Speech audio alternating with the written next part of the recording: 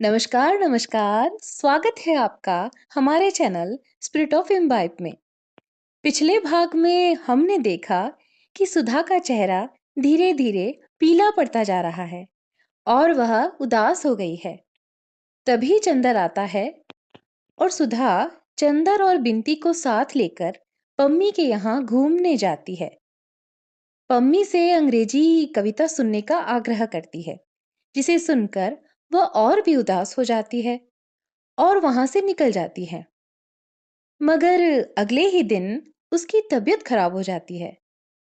चंदर उसे देखने आता है तो अचानक से वह चंदर पर झल्ला उठती है और चंदर को दूर हटा देती है। मगर फिर थोड़ी ही देर बाद उसे मना भी लेती है।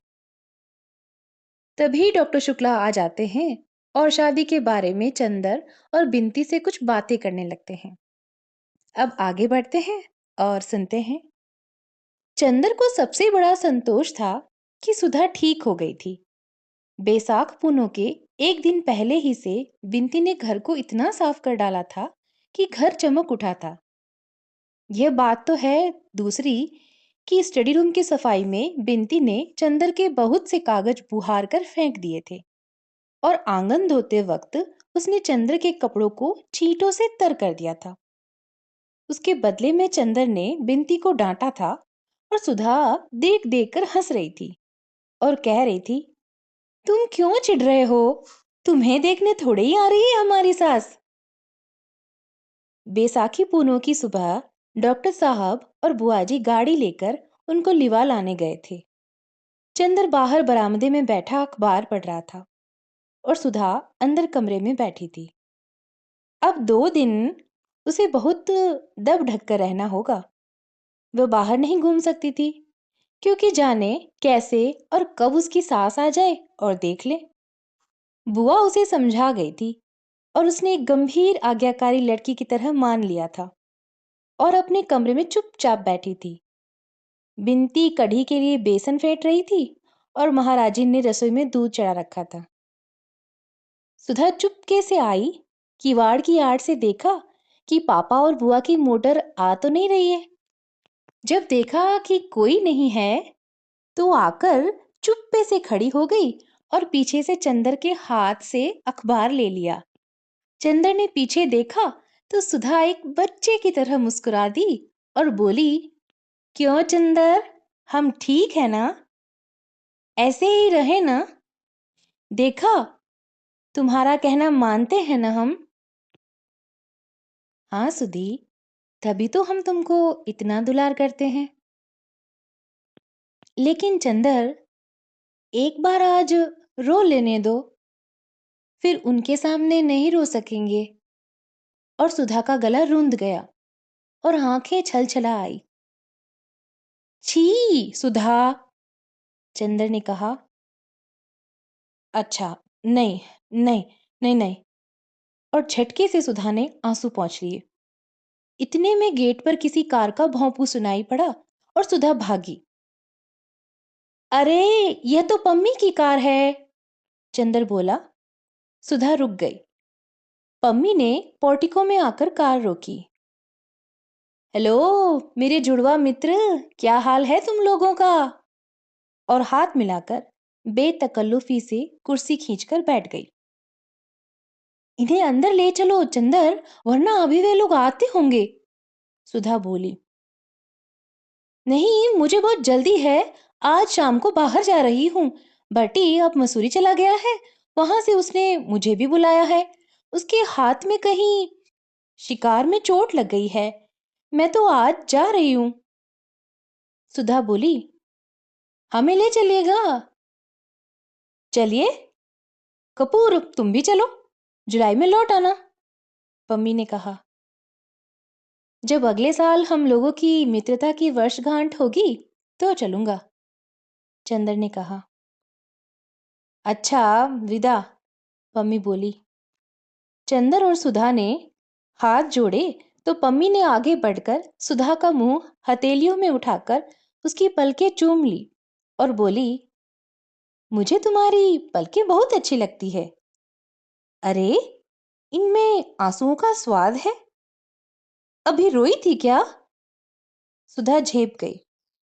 चंदर के कंधे पर हाथ रखकर पम्मी ने कहा, कपूर, तुम खत जरूर लिखते रहना। चलते तो वो बड़ा अच्छा रहता। अच्छा, आप दोनों मित्रों का समय अच्छी तरह बीते। और पम्मी चल दी। थोड़ी देर में डॉक्टर साहब की कार आई। सुधा ने अपने कमरे के दरवाजे बंद कर लिए। बिंदी ने सिर पर पल्ला ढक लिया और चंद्र दौड़कर बाहर गया। डॉक्टर साहब के साथ जो सज्जन उतरे, वे ठिगने से, गोरे से, गोल चेहरे के कुलीन सज्जन थे और खद्दर का कुर्ता और धोती पहने थे। हाथ में एक छोटा सा सफरी बैग था। चंद्र ने लेने को हाथ बढ़ाया तो हंसकर बोले, नहीं जी, क्या इतना सा बैग ले चलने में मेरा हाथ थक जाएगा? आप लोग तो खातिर करके मुझे महत्वपूर्ण बना देंगे। सब लोग स्टडी रूम में गए। वहीं डॉक्टर शुक्ला ने परिचय कराया। यह हमारे शिष्य और लड़के हैं, प्रांत के होनहार अर्थशास्त्री चंद्र कुमार कपूर। और आप शाहजहांपुर के प्रसिद्ध कांग्रेसी कार्यकर्ता और म्यूनिसिपल कमिश्नर श्री शंकरलाल मिश्र। अब तो नहाए ले शंकरी, फिर चाय ठंडाई जाइए, बुआजी ने आकर कहा। आज बुआजी ने बहुत दिनों पहले की बूटीदार साड़ी पहन रखी थी और शायद वह खुश थी क्योंकि बिंती को डांट ही नहीं रही थी। नहीं, मैं तो वेटिंग रूम में नहा चुका, चाय में पीता नहीं, खाना ही तैयार कराइए। और घड़ी देखकर शंकर बाबू बोले, मुझे जरा स्वराज्य भवन जाना है और 2 बजे की गाड़ी से वापस चले जाना है और शायद उधर से ही चला जाऊंगा।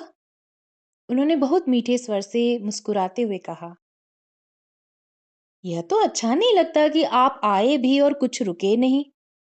डॉक्टर शुक्ला बोले, हाँ, मैं खुद रुकना चाहता था, लेकिन माँ जी की तबीयत ठीक नहीं है। कैलाश भी कानपुर गया हुआ है, मुझे जल्दी जाना चाहिए। बिंदी ने लाकर थाली रखी।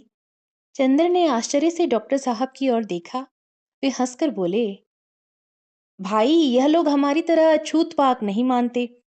शंकर तुम्हारे संप्रदाय के हैं, यही कच्चा खाना खा लेंगे। इन्हें ब्राह्मण कहत के हैं, ई तो किरिस्तान है। हमरो धर्म बिगाड़िन हिया आय के, बुआजी बोली। बुआजी ने ही यह शादी तय कराई थी, लड़का बताया था, और दूर के रिश्ते से वे कैलाश और शंकर की भाभी लगती थी। शंकर बाबू ने हाथ धोए और कुर्सी खींचकर बैठ गए। चंद्र की ओर देखकर बोले, आइए होनहार डॉक्टर साहब, आप तो मेरे साथ खाना खा सकते हैं। नहीं नहीं, आप खाइए, चंद्र ने तकल्लुफ करते हुए कहा। अजी वाह, मैं ब्राह्मण हूँ, शुद्ध। मेरे साथ खाकर आपको जल्दी मोक्ष मिल जाएगा। कहीं हाथ में तरकारी लगी रह गई तो आपके लिए स्वर्ग का फाटक फौरन खुल जाएगा। खाओ। 2 कोर खाने के बाद में शंकर बाबू ने बुआजी से कहा, यही बहू है जो लड़की थाली रख गई थी? अरे राम कहो, ऊ तो हमार छोरी है बिनती। पहचानत्यो ने? पिछले साल तो मुन्ने के विवाह में देखे हो वो, बुआजी बोली। शंकर बाबू कैलाश से काफी बड़े थे, लेकिन देखने में बहुत बड़े नहीं लगते थे। खाते पीते बोले, डॉक्टर साहब, लड़की से कहिए रोटी दे जाए। मैं इसी तरह देख लूंगा और ज्यादा तड़क भड़क की जरूरत नहीं। डॉक्टर साहब ने बुआजी को इशारा किया और वे उठकर चली गई। थोड़ी देर में सुधा आई, सादी सफेद धोती पहने, हाथ में रोटी लिए, दरवाजे पर आकर हिचकी, फिर आकर चंदर से बोली, रोटी लोगे? और बिना चंदर की आवाज सुने रोटी चंदर के आगे रखकर बोली, और क्या चाहिए? मुझे कढ़ी चाहिए, शंकर बाबू ने कहा। सुधा गई और कढ़ी ले आई, शंकर बाबू के सामने रख दी। शंकर बाबू ने आंखें उठाकर सुधा की ओर देखा। सुधा ने निगाहें नीची कर ली और चली गई। बहुत अच्छी है लड़की, शंकर बाबू ने कहा। इतनी पढ़ी लिखी लड़की में इतनी शर्म लिहाज नहीं मिलती। सचमुच जैसे आपकी एक ही लड़की थी, आपने उसे खूब बनाया है। कैलाश की बिल्कुल योग्य लड़की है। यह तो कहिए डॉक्टर साहब कि शिष्टा प्रबल होती है, वरना हमारा कहाँ सौभाग्य था। जब से मेरी पत्नी मरी, तभी से माताजी कैलाश के विवाह की जिद कर रही है। कैलाश अंतरजातीय विवाह करना चाहता था, लेकिन हमें तो अपनी जाति में ही इतना अच्छा संबंध मिल गया। तो तोहरे अबहिन कौन बेस वे गई, तू हो काहे नहीं बहुरिया ले आउत्यो। सुधी के अकेले मन न लगी, बुआजी बोली। शंकर बाबू कुछ नहीं बोले। खाना खाकर उन्होंने हाथ धोए और घड़ी देखी। अब थोड़ा सो लूं या जाने दीजिए, आइए बातें करें हम और आप, उन्होंने चंद्र से कहा। 1 बजे तक चंद्र शंकर बाबू से बातें करता रहा और डॉक्टर साहब और सुधा वगैरह खाना खाते रहे। शंकर बाबू बहुत हंसमुख थे और बहुत बातूनी भी। चंद्र को तो कैलाश से भी ज्यादा शंकर बाबू पसंद आए।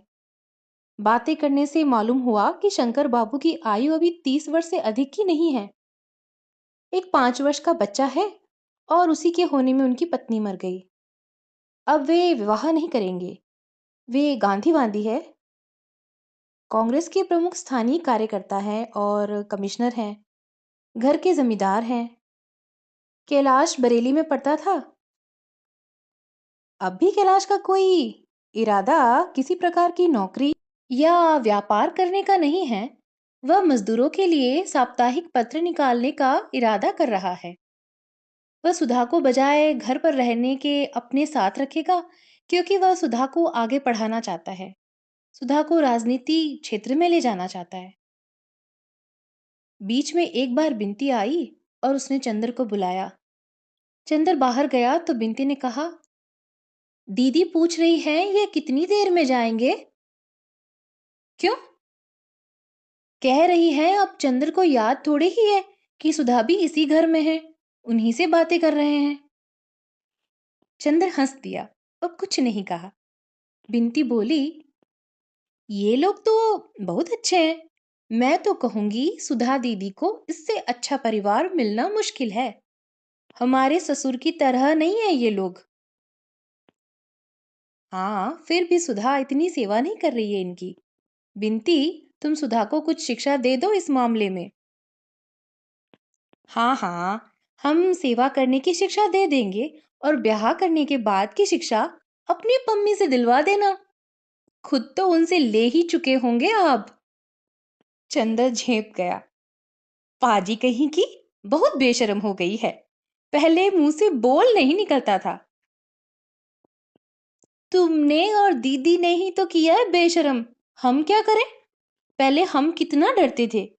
बिनती ने उसी तरह गर्दन टेढ़ी करके कहा और मुस्कुराकर भाग गई।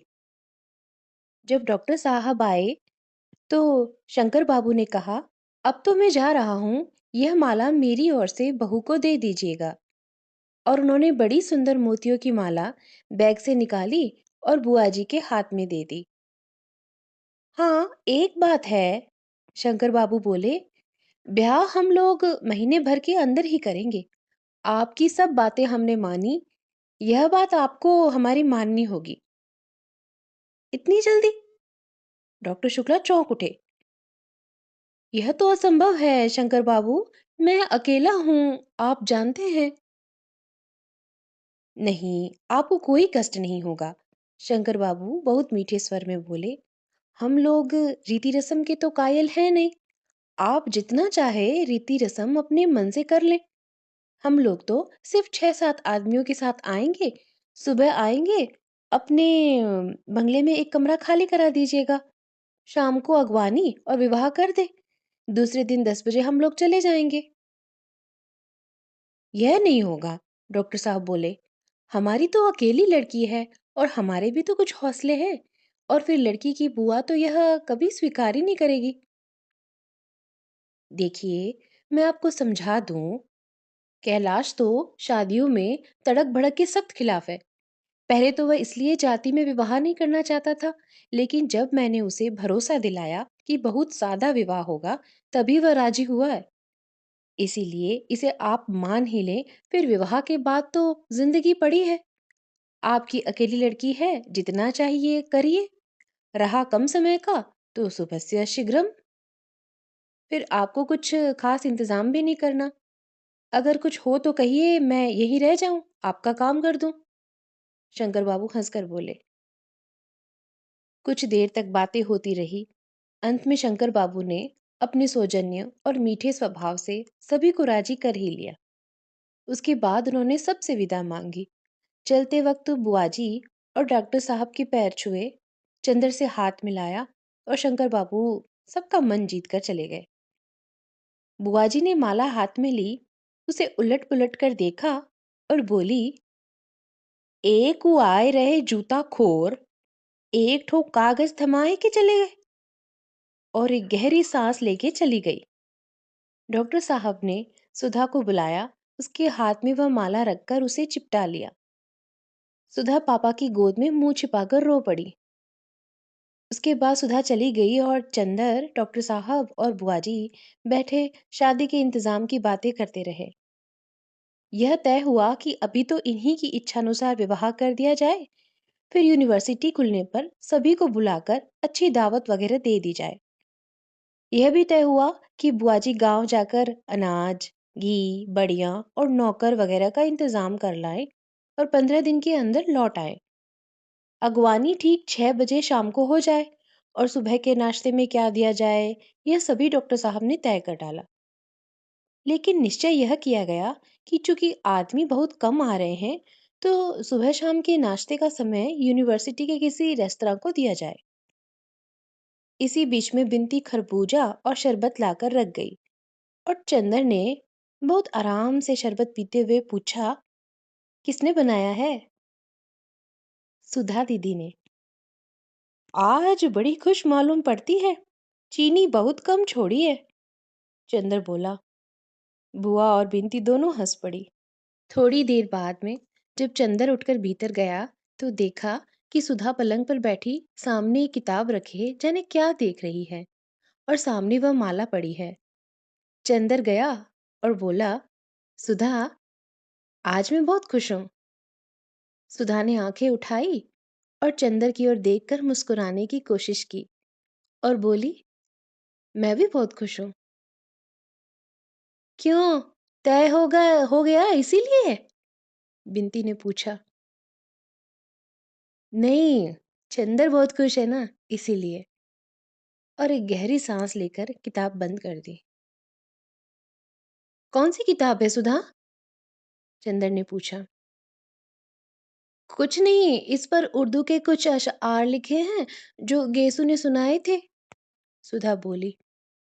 चंदर ने बिंती की ओर देखा और कहा, बिंती, कैलाश तो जैसा है वैसा ही है, लेकिन शंकर बाबू की तारीफ मैं कर नहीं सकता।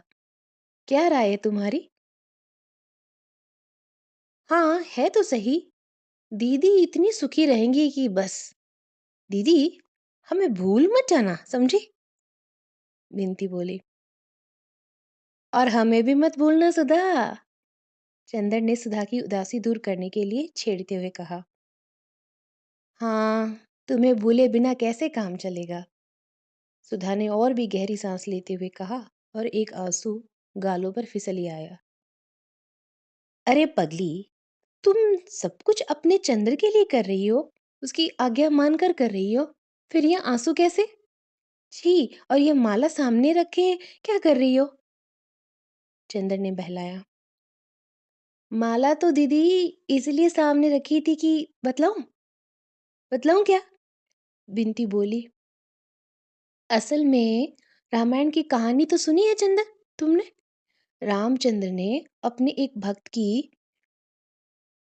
मोती की माला दी भक्त को, तो वह उसे दांत से तोड़कर देख रहा था कि उसके अंदर राम नाम है या नहीं।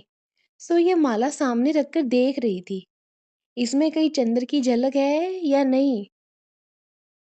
चुप, गिलहरी कहीं की। सुधा हंस पड़ी। बहुत बोलना आ गया है, सुधा ने हंसते हुए बनावटी गुस्से से कहा। फिर सुधा तकिए से टिककर बैठ गई। आज गेसु नहीं है, मुझे गेसु की बहुत याद आ रही है। क्यों? इसीलिए कि आज उसके कई शेर याद आ रहे हैं। एक दफे उसने सुनाया था, ये आज फिजा खामोश है क्यों, हर जर्रे को आखिर होश है क्यों? या तुम ही किसी के हो न सके, या कोई तुम्हारा हो न सका। इसी की अंतिम पंक्ति है, मौजें भी हमारी हो न सकी, तूफान भी हमारा हो न सका। वाह, ये तो पंक्ति बहुत अच्छी है। चंद्र ने कहा, आज गेसु होती तो बहुत सी बातें करते। सुधा बोली, देखो चंदर, जिंदगी भी क्या होती है, आदमी क्या सोचता है और क्या हो जाता है। आज से 3-4 पहले मैंने सोचा था, क्लासरूम से भागकर हम लोग पेड़ के नीचे लेटकर बातें करते थे। तो मैं हमेशा कहती थी, मैं शादी नहीं करूंगी, पापा को समझा लूंगी। उस दिन क्या मालूम था कि इतनी जल्दी जुए के नीचे गर्दन डाल देनी होगी और पापा को भी जीतकर किसी दूसरे से हार जाना होगा। अभी उसकी तय भी नहीं हुई है और महीने भर बाद मेरी। सुधा थोड़ी देर चुप रही और फिर, और दूसरी बात उसकी जो मैंने तुम्हें बताई थी ना, उसने कहा था, जब किसी के कदम हट जाते हैं सिर के नीचे से, तब मालूम होता है कि हम किसका सपना देख रहे थे। पहले हमें भी नहीं मालूम होता था कि हमारे सिर किसके कदमों पर झुके हैं। याद है, मैंने तुम्हें बताया था, तुमने पूछा था। याद है, चंदर ने कहा। बिनती उठकर चली गई, लेकिन सुधा या चंदर किसी ने ध्यान भी नहीं दिया। चंदर बोला, लेकिन सुधा, इन सब बातों को सोचने से क्या फायदा? आगे का रास्ता सामने है, बढ़ो। हाँ, सो तो है ही देवता मेरे। कभी कभी जाने कितनी पुरानी बातें मन में आ जाती है और मन करता है कि मैं सोचती ही जाऊं। जाने क्यों मन को बड़ा संतोष मिलता है। और चंदर, जब मैं वहीं रहूंगी तुमसे दूर, तो इन्हीं स्मृतियों के अलावा और क्या शेष रहेगा? तुम्हें वह दिन याद है जब मैं गेसु के यहाँ नहीं जा पाई थी और उस स्थान पर हम लोगों में झगड़ा हो गया था? है ना चंदर? वह सब कुछ है, लेकिन मैं लड़ूंगी झगड़ूंगी किससे वहां? चंदर एक फीकी सी हंसी हंसकर बोला, अब क्या जन्म भर बच्ची ही बनी रहोगी क्या? हाँ चंदर, चाहती तो यही थी, लेकिन जिंदगी तो जबरदस्ती सब सुख छीन लेती है और बदले में कुछ भी नहीं देती। आओ, चलो लॉन पर चले, शाम को तुमसे बातें ही करेंगे। उसके बाद सुधा रात को 8 बजे उठी, जब पुआ तैयार होकर स्टेशन जा रही थी और ड्राइवर मोटर निकाल रहा था, और उदास टिमटिमाते हुए सितारों ने देखा कि चंदर और सुधा दोनों की आंखों में आंसुओं की अवशेष नमी झिलमिला रही थी। उठते हुए सुधा ने क्षण भर चंदर की ओर देखा और चंदर ने सिर झुका लिया और बहुत उदास आवाज में कहा, चलो सुधा, बहुत देर कर दी हम लोगों ने। अब आगे आपको सुनना है तो बने रहिए हमारे साथ और जल्दी से हमारे चैनल को सब्सक्राइब करना न भूलें और सुनते रहिए। धन्यवाद।